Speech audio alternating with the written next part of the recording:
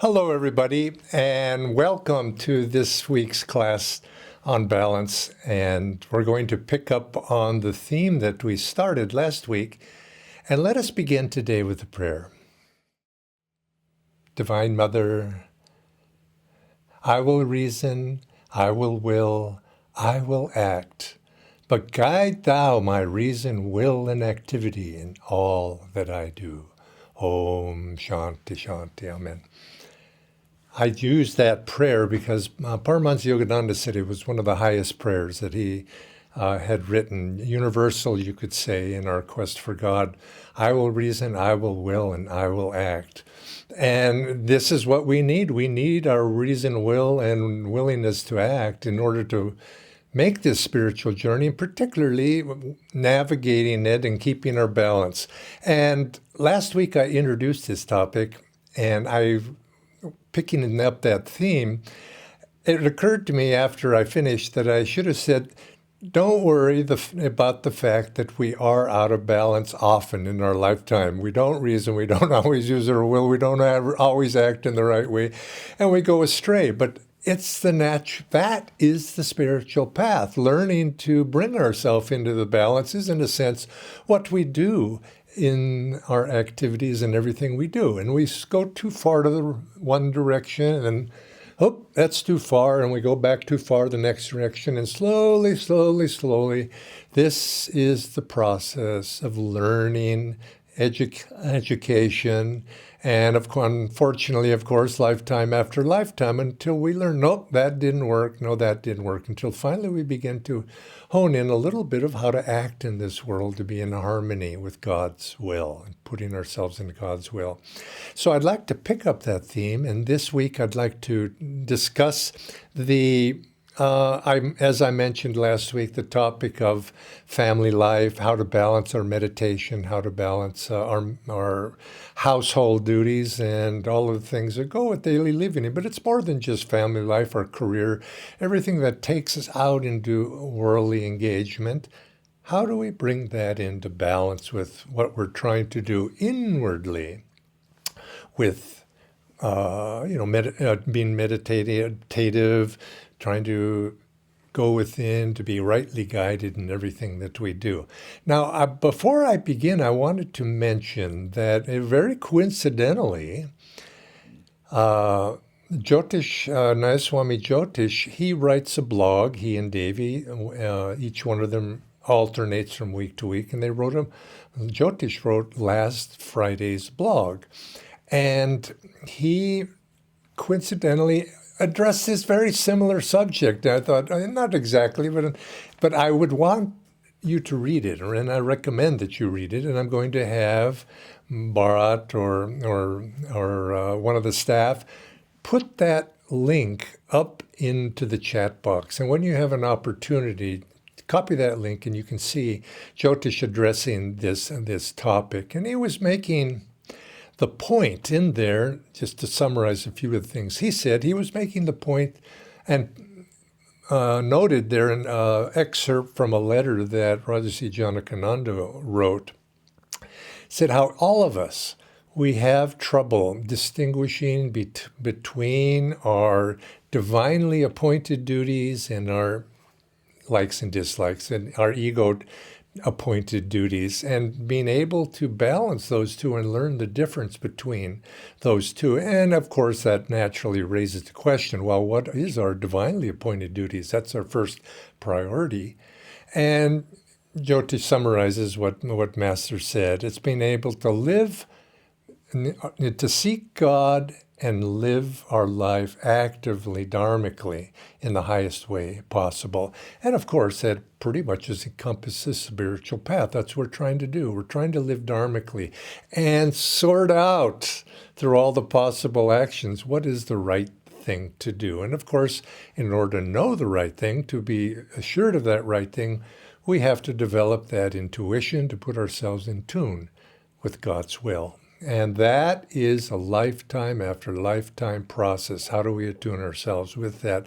So you could say that's the macro answer. But for all of us who perhaps are engaged in very stressful duties in life or career, and particularly having a family, we find ourselves that this comes down to a moment-to-moment challenge for all of us. And I remember once, many years ago, somebody was complaining to Swami Kriyananda when he was addressing this topic. And he says, Swamiji, how can you know, it was a little bit of a, I'm not sure if he's a disciple or not, I can't remember who asked that question, but he said, Swamiji, how could you speak about family life? You haven't raised a child. How can you say what one should do or shouldn't do? But Swamiji, he took it in a very good spirit.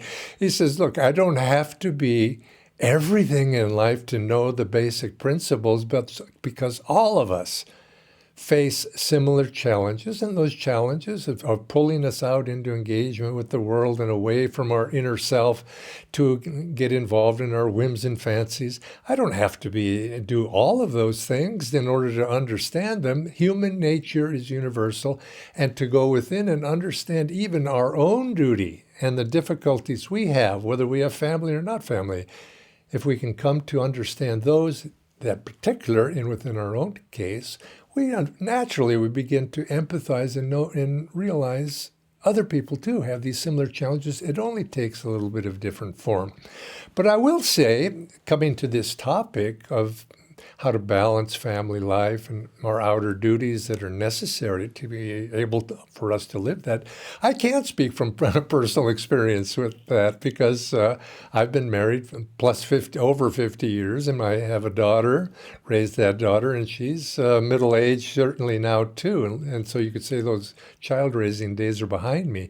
But I remember them very well, and I remember them fondly. I think life is kind to us. Sometimes we tend to forget some of the difficulties, but we do remember the joys and the pleasures. And I have to say, it was one of the most formative years of my life when I've learned some of the greatest lessons of my life is in that process of living the family life and raising a child and going through all of those difficulties that go with that. So I can speak from experience for that. And so I empathize with those of you who do have family. But you don't need to be a family person in order to run into the same situations. Master said, Lord, Lord, you have given me a large family. And he was a monk because he was facing the situations that arise with all people.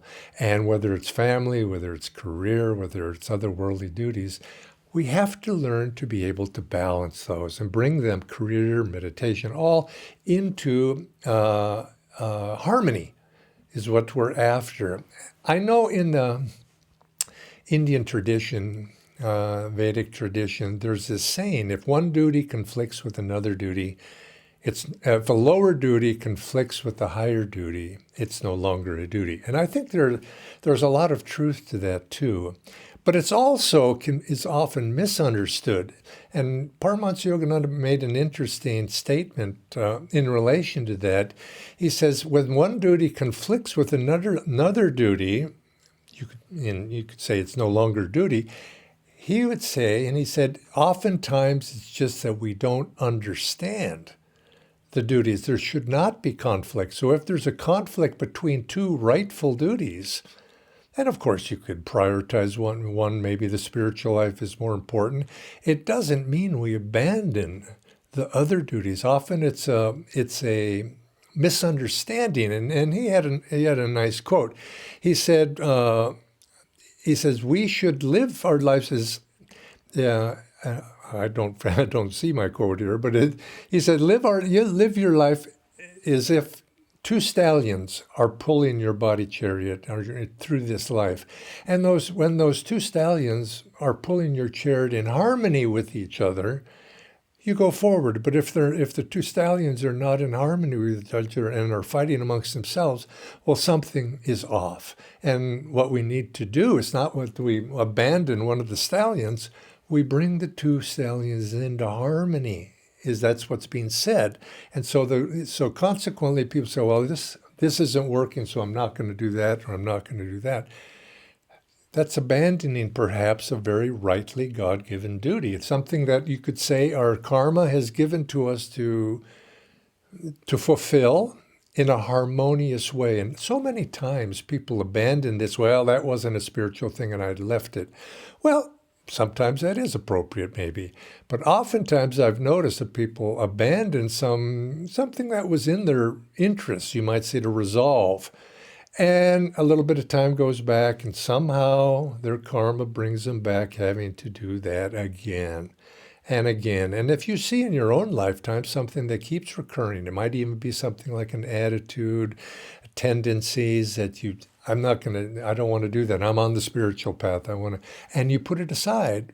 Well, perhaps it's unfulfilled and it comes back again. So we have to find that way that we bring these two elements or the difficulties with whether it's family, career, whatever, bring them into, how can we do both and? And I think this concept that is master emphasized, certainly Swami Kriyananda emphasized, is important for us to start this discussion. This tendency in life to think either this or that, either or. Oh, I either got to do this or I got to do that. And we see life in terms of this dichotomy of either or. And this is generally, if you start thinking, well, if I'm thinking that way, there's probably maybe you should introspect. And instead of either or, approach life with an attitude of both and. I can do both this and I can do that. I can do many things at once. How do I bring seemingly opposing forces into a situation where both of them can coexist harmoniously, but in a high octave? Obviously, you're not either good or evil. I'm not speaking to those extremes, but how to express our life in such a way that we can encompass. And now, when we think both and, the implication is I can embrace many things. When we think either or, we tend to think something needs to be excluded. And it's either this or it's that. And there's an exclusionary attitude behind that.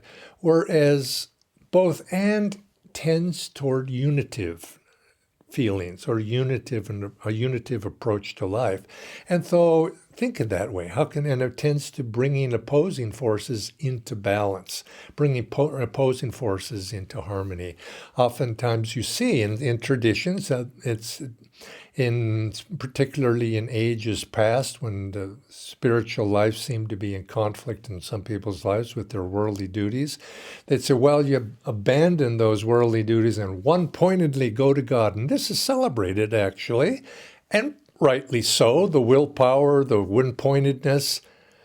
But abandonment of God-given duties in life is not necessarily going to bring us what we're truly wanting. We abandon the worldly life in which in our mind we've defined in a certain way to take up the so-called spiritual life. And oftentimes, what Master said, oftentimes those sadhus who have abandoned their God-given duties and karmic duties end up becoming disillusioned after time. They start with great fervor, but in time they become physically lazy. From physical laziness comes mental laziness. From mental laziness comes spiritual laziness.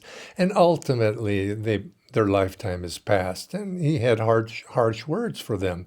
That it's not an abandonment. What we need to abandon, if anything, is egotism.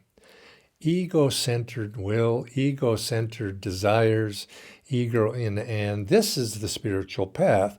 And yes, there does come a point when those begin to fall away, and we can one-pointedly follow the spiritual path, and as the saints and the yogis have demonstrated for us. But for most people, they have many ties, and it's just they're not capable yet. They haven't developed the foundation of right attitude, willingness, the right attitude to face challenges, the right attitude to put out the energy necessary to even take up the spiritual path in 100% effort. Otherwise, if you don't have that energy, we become lazy mentally, physically, and ultimately spiritually. And so our God-given duties perform those, our duty, you could say this is the spiritual path, is to face the challenges that are right before us right now and do them successfully. And in the right spirit, that karma will resolve itself and new duties will come, new opportunities come. And yes, there are times when you have to let one thing go in order to put your mind on the other. But this isn't, don't do that lightly. This is something we have to face. What is being given to us right now is, you could say, if you don't like it, well, chew it anyway and try to do it willingly. And then you find, with God in your heart, God will begin, Divine Mother will send to you situations and ultimately to help you to resolve those. Now, this, you could even say that this test and this challenge of coming to resolution of being able to balance these two different forces was actually one of the core missions of Paramhansa Yogananda when he was, you could say, bringing a new light onto the spiritual path. With older ages would think much more in terms of either this or that, but he was saying, no, we have to live the spiritual life. We have to be dedicated disciples, dedicated yogis, but then we need to show how, for our own sake and for the sake of the society as a whole, how do we bring these teachings, how do we bring this spirituality into practical application? So you see, he was reaching out to businessmen, he was reaching out to educators, he was reaching out to families, bringing them all, say, you can live the spiritual life where you are, where God has placed you right now. That's where we begin. And we bring meditation, we bring Kriya Yoga into the world where we live right now. We don't throw that aside and then go searching for it in the Himalayas, which is much of the story of Paramhansa Yogananda's early life. When your desire is strong enough to actually want to abandon everything and run off to the spiritual life, God brings it right into your neighborhood. It's close to you.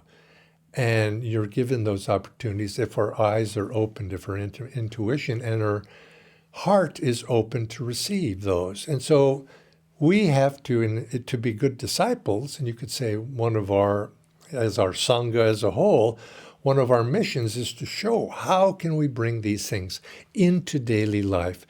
And this is something that you could say I want to address. I'm addressing in this. How do we bring it in? And how do we raise our energy to begin to harmonize? Well, I think one of the first things is we have to get over this as householders, businessmen, people engaged in the world. We have to get over, just as the sadhu has their challenges, not to be lazy. I think if you're a successful person living with worldly duties, you can't be lazy if you want to be successful. We know this.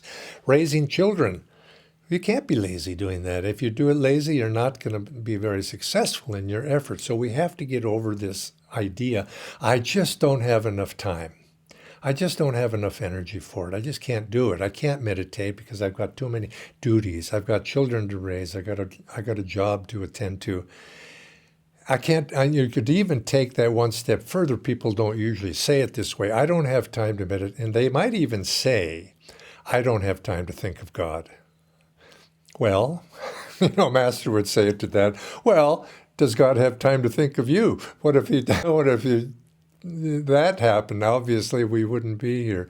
But that's not an answer. We don't have time to think. Everybody has time to think of God. Everybody has time at some degree. And it's not a matter of how long. It's the matter of the willingness and the training of ourselves to put our mind on God, to think of God even a little bit. There's a saying, I don't know who invented it. It's an old saying, or maybe recent. It says 90% of life is simply showing up. And in other words, it's not so much all these things that we have to do. Spirituality, I want to be spiritual, but I have a family. It's just showing up and being present. I want, in other words, you could say intention. I want to meditate. We have to want to meditate before we're actually going to meditate. I wish I could spiritual. If you don't have that desire, pray for it. Pray for that desire and try to increase your willingness. If only I had time, I would do it. Now, I don't believe it whenever a person says, I don't have time. We all have time. How much time does it really take to think about God? Really? And it reminds me of my story of meeting Swami Kriyananda.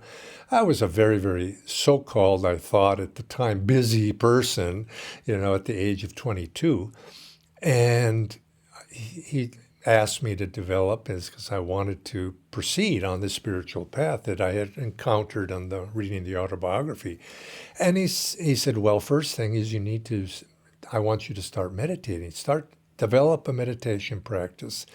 And in my mind, I said, I don't know if I can do that. I'm way too busy. And how busy really could a 22-year-old be with God-given duties? No. I was busy with a lot of whims and fancies. Yes, I had a lot of desires that wanted to be fulfilled. And I was busy doing that. So I began to meditate, and I couldn't meditate at all. 15, 20 minutes was too much for me. And so he asked me a week later when I saw him the second time. He said, well, how'd you do? And I said, well, I just can't meditate for 30 minutes, which is what he asked. And he said, well, meditate for 20 minutes. I says, I can't meditate for 20 minutes. And he said, well, meditate for 15 minutes. And I said, I can't. And he said, stop. He says, how long can you meditate? Was I going to say I can't meditate for 1 minute? Well, that would be pretty sad of me to say that, and I knew that was not the right answer because it wouldn't be true. That's why it wasn't right. And I thought about it, and I says, I'm going to try to meditate for 15 minutes. Now, probably the correct answer, how much I could sit there, because I had tried, was about 5 minutes, 2 to 5 minutes. That was my limit. And I says, I can meditate for 15 minutes. I can meditate, you see, I affirmed it. And I went home, and that was my goal. But it didn't matter how long I said. I could have said 5, 10. And I've even read it somewhere on the internet. They say, brain scientists say, 12 minutes is about the right amount of time for most people to meditate, because after that, you get the most benefit for time invested with 12 minutes. And I don't know if that's so or not. But in time, I did get to the point where I could sit, especially after I learned Hong Sa, I could sit for 15 minutes. But it really, like I say, didn't matter. It's the willingness and the desire to sit and try. And with that, you begin my God-given duty. And everybody can find that amount of time. My wife Sadhana Devi, after our daughter was born, she was stressed for time, like any new mother. And as the child grows, sometimes, actually at first it wasn't so bad because little babies sleep a lot. But after a while they don't, and then it becomes more hectic. But she wouldn't put up with, the other mothers saying, oh, I don't have time, it's too busy. She says, there's always time. And she just got up early. And so we'd get up before, the little child was still sleeping. And you say, well, I'm tired then. Well, yes, aren't we all? And so we find the time, and you make time. And I don't really accept that there's no time. We can find it. Now, you may have to adjust schedules. You may have to adjust the ability to stick with it if the child starts crying and so on. But you can find the time, and you have to be creative. And with creativity, we can answer all of these. But the first thing is show up. I'm here, God. I can't meditate very well, but I am here, and you use the heart. I think this particularly for new mothers. Choose the devotional route. And I think this is for anybody who's caught up in difficulties. Meditating at night, very, very difficult sometimes for some. If you're tired, go to devotion, live in the heart, and you call to God. But it's development of that connection, because life Now, like I say, I've been married over 50 years. I've looked back and I can see that life was lived in stages. There's episodes or chapters in one's life. And we cannot, or I advise you, don't define your life by what's happening in the short term chapter that you're in right now. We have to think long rhythm.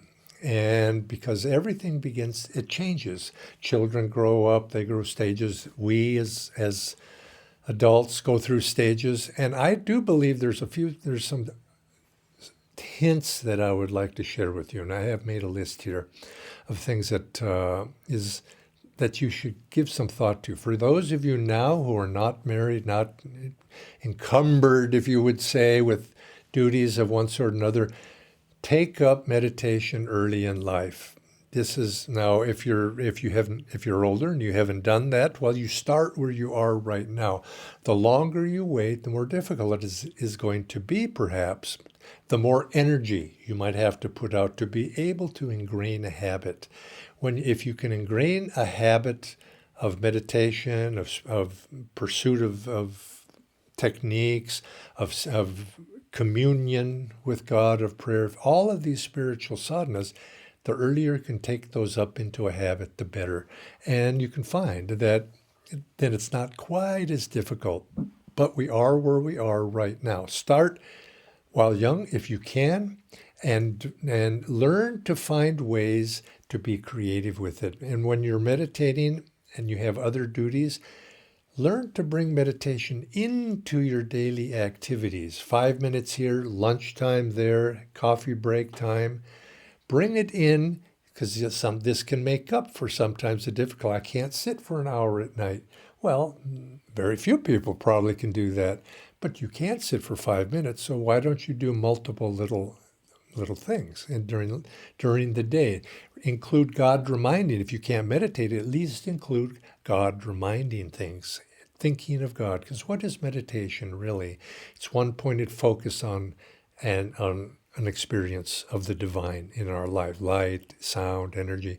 If you can't focus on that, but you can at least think of the larger context of those and try to do that. And so be creative in little ways. Your environment is stronger than willpower. You set up an environment that supports that, and in time, things will begin. It comes down to priorities, doesn't it? We would have to balance either or. When we think of, and then again, when we think either this or that, you tend to think, yes, I have to have priorities. This is more important than that.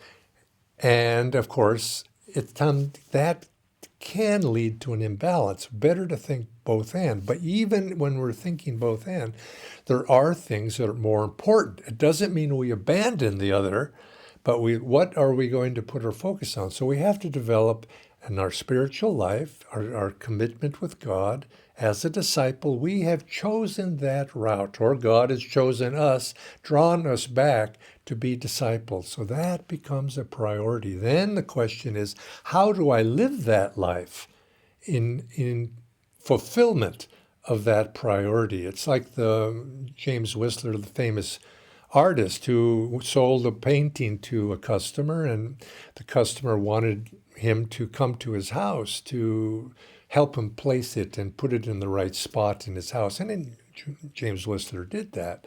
Went to the man's house and he said, the first thing, take everything out of the house, or the room where you want this painting, take it all out. Now, let's put the painting where it should be, and then let's bring the furnishings back in. And those things, those furnishings that don't harmonize with that painting, take them out. And I think this is what we do. Our painting is this spiritual life of discipleship. Then what can I bring in? And if I can't bring it in and it doesn't look right now, redecorate it. Put a different color upholstery on the sofa so that it harmonizes with the painting. Same for us. Bring those things and harmonize it with that higher principle. Accommodate, and in the meantime, You keep priorities means keep your eye on the goal. And then do that which is necessary to harmonize with that goal. And if you make meditation earlier in your life a priority, you'll be able to do that. Don't think in terms of quantity. That's usually, it doesn't work so well.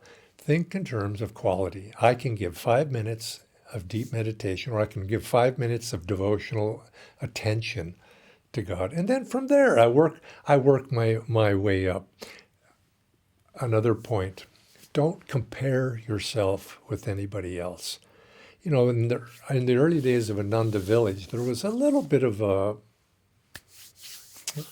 lack of harmony, is maybe a word, between those people who were single. A lot of us were young, single, on fire for God, wanted to take up the yogic life, and other people came in with families, and there was sort of a little bit of a tension between those two, because it was an either or. This was the good way, that was, oh, those poor family people, second class.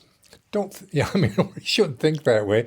One, those who thought that way, that was spiritual pride. And those who bought into that had less of an understanding, and they were agreeing with it and say, yes, I'm a second-class citizen. Just by their reaction, they were saying that. They hadn't learned, and which we did. We, as a community, as a group, we learned that, no, that's not the right way.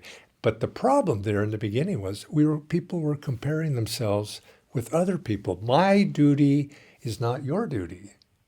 What I do is my duty is the best. I'm going to do it the best I can. And if, each one, whichever side of the argument you're on, you have to not compare with others. You do the best you can with what you're doing, and do it with quality. And then eventually from there, we work our way up. I think all of this, and I did mention this already, but I want to reiterate this. Much of this begins with a desire to actually want to meditate. It begins with a desire to really be what it takes to be a disciple. And that comes down to really wanting God. Do we really want God? If you come to that point, if you don't really want God, life is going to have to teach you a lot of lessons.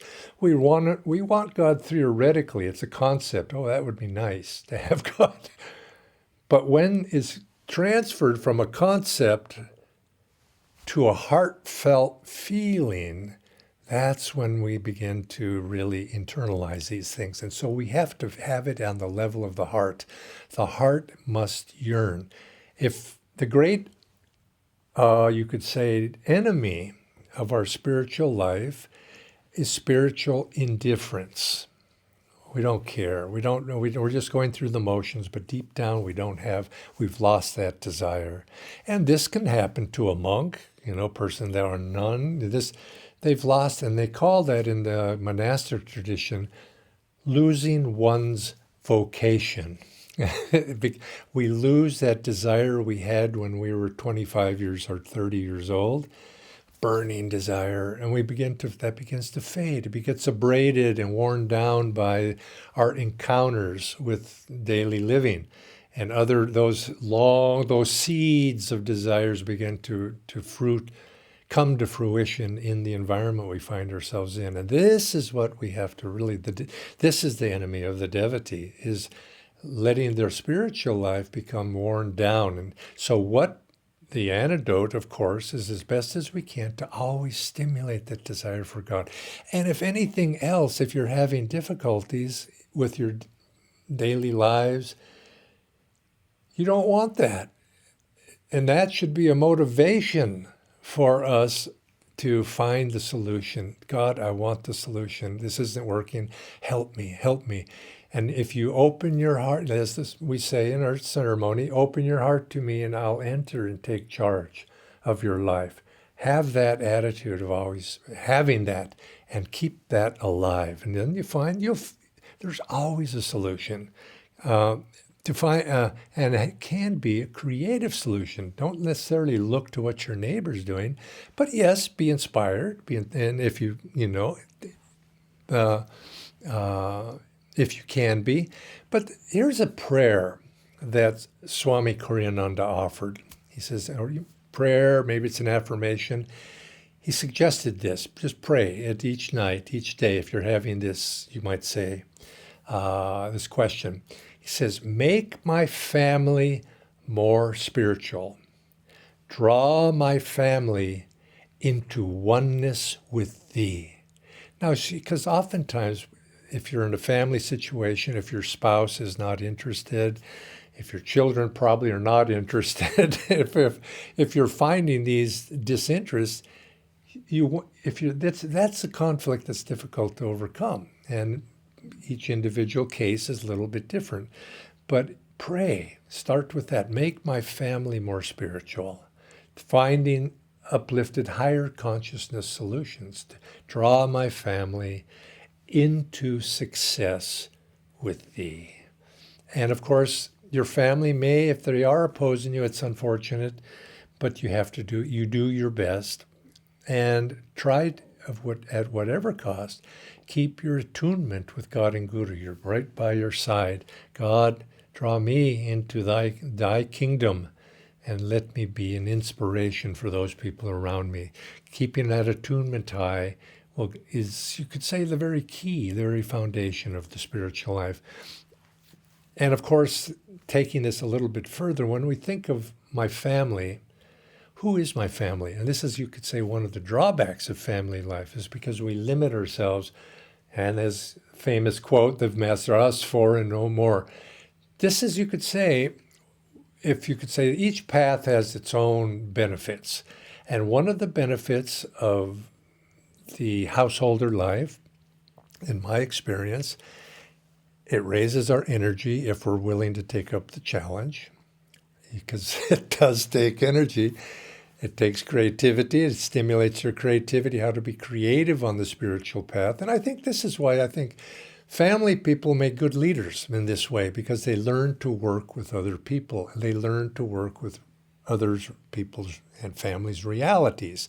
And they're solution-oriented. They have to be practical in their idealism. Because your ideal may be, I'm going to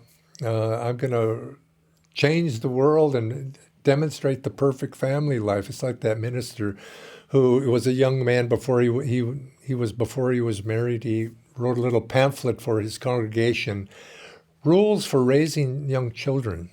And then he got married, and he was having to deal with other children. Then it turned into suggestions for raising spiritual children.